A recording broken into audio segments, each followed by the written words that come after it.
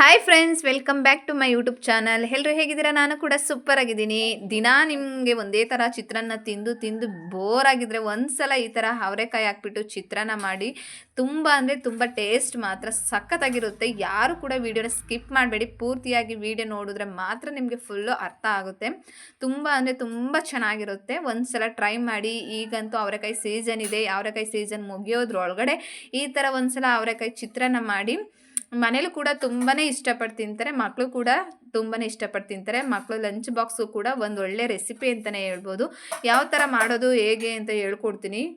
ಈ ಕಡೆ ನಾನು ಗ್ಯಾಸ್ ಹಚ್ಬಿಟ್ಟು ಒಂದು ಪಾತ್ರೆಗೆ ನೀರು ಹಾಕ್ಕೊಂಡು ಅದಕ್ಕೆ ನಾನು ಅವರೆಕಾಯಿನ ಹಾಕ್ಬಿಟ್ಟು ಅದಕ್ಕೆ ಸ್ವಲ್ಪ ಉಪ್ಪು ಹಾಕ್ಕೊಂಡು ಅದನ್ನು ಸ್ವಲ್ಪ ಹೊತ್ತು ಬೇಯಿಸ್ಕೋಬೇಕು. ಜಾಸ್ತಿ ಏನು ಬೇಯಿಸ್ಕೊಳ್ಳೋದು ಬೇಡ, ಸ್ವಲ್ಪ ಬೇಯಿಸ್ಕೊಂಡ್ರೆ ಆಗುತ್ತೆ. ನಾನು ಸ್ವಲ್ಪ ನೀರು ಮತ್ತು ಅವರೆಕಾಯಿ ಸ್ವಲ್ಪ ಉಪ್ಪು ಹಾಕ್ಬಿಟ್ಟು ಬೇಯಿಸ್ಕೊಳ್ತಾ ಇದ್ದೀನಿ.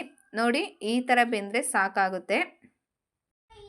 ಈ ಕಡೆ ಇನ್ನೊಂದು ಬಾಣಲಿ ಇಟ್ಕೊಂಡಿದ್ದೀನಿ. ಬಾಣಲಿಗೆ ಸ್ವಲ್ಪ ಎಣ್ಣೆ ಮತ್ತು ಕಡಲೆಬೇಳೆ, ಕಡಲೆ ಬೀಜ ಮತ್ತು ಉದ್ದಿನ ಬೇಳೆ ಈ ಮೂರನ್ನು ಕೂಡ ಹಾಕ್ಕೊಂಡು ಅದ್ರ ಕಲರ್ ಚೇಂಜ್ ಆಗೋವರೆಗೂ ಕೂಡ ಫ್ರೈ ಮಾಡಿಕೊಂಡು ಅದನ್ನು ಒಂದು ಪ್ಲೇಟ್ಗೆ ಎತ್ತಿಟ್ಕೋಬೇಕು.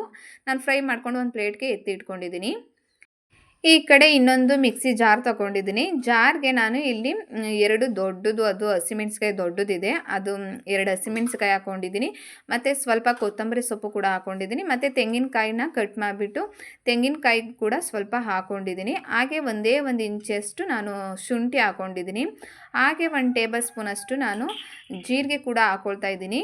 ನೀವು ಬೇಕು ಅಂದರೆ ಸಾಸಿವೆ ಕೂಡ 1 ಟೇಬಲ್ ಸ್ಪೂನಷ್ಟು ಹಾಕೋಬೋದು. ಹಾಕ್ಕೊಂಡು ಸ್ವಲ್ಪ ನೀರು ಹಾಕ್ಕೊಂಡು ಅದನ್ನು ಸ್ವಲ್ಪ ನುಣ್ಣಗೆ ನಾವು ರುಬ್ಕೋಬೇಕಾಗುತ್ತೆ. ನಾನೀಗ ನುಣ್ಣಗೆ ರುಬ್ಕೊಂಡು ಬಂದಿದ್ದೀನಿ. ಈಗ ಮಸಾಲೆ ರೆಡಿ ಆಗಿದೆ.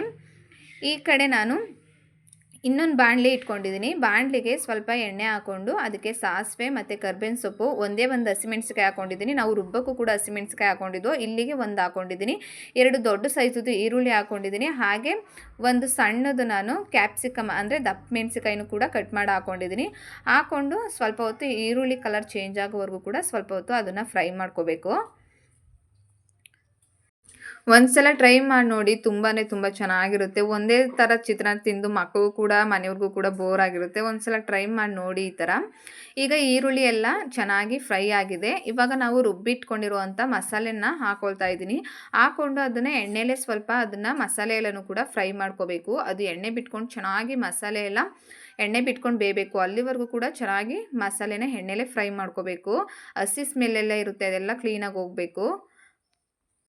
ನೋಡಿ, ಇವಾಗ ಮಸಾಲೆ ಎಲ್ಲ ಕೂಡ ಚೆನ್ನಾಗಿ ಹಸಿ ಸ್ಮೆಲ್ಲೆಲ್ಲ ಹೋಗಿ ಎಣ್ಣೆ ಬಿಟ್ಕೊಂಡು ಚೆನ್ನಾಗಿ ಬೆಂದಿದೆ. ಈ ಸಮಯದಲ್ಲಿ ನಾವು ರುಚಿಗೆ ತಕ್ಕಷ್ಟು ಉಪ್ಪು ಹಾಕ್ಕೊಳ್ತಾ ಇದ್ದೀನಿ. ನೀವು ಉಪ್ಪನ್ನ ನೋಡ್ಕೊಂಡು ಹಾಕ್ಕೊಳ್ಳಿ, ಯಾಕೆಂದರೆ ನಾವು ಕಾಳು ಬೇಯಿಸುವಾಗೂ ಕೂಡ ಸ್ವಲ್ಪ ಉಪ್ಪು ಹಾಕ್ಕೊಂಡಿರ್ತೀವಿ. ಈಗ ಮಸಾಲೆಗೆ ಎಷ್ಟು ಬೇಕೋ ಅಷ್ಟು ಉಪ್ಪು ಹಾಕ್ಕೊಳ್ಳಿ. ಹಾಕ್ಕೊಂಡು ನಾವು ಬೇಯಿಸಿ ಇಟ್ಕೊಂಡಿರೋವಂಥ ಅವರೆಕಾಯಿ ಮತ್ತು ಸ್ವಲ್ಪ ಅರಿಶಿನ ಪೌಡ್ರು ಹಾಕ್ಕೋಬೇಕು.